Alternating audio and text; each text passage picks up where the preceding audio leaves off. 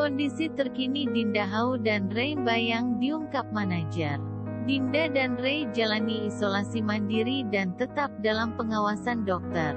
Ray Bayang menunjukkan hasil dari tes swab yang telah dijalani olehnya dan sang istri di laman Instagram pribadinya. Tak ingin menimbulkan kekhawatiran, manajer Dinda Hau dan Ray Bayang, Wawan Datu akhirnya angkat bicara.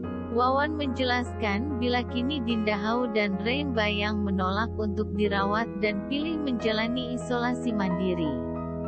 Sementara itu, gejala yang dialami oleh Ray Bayang adalah demam tinggi.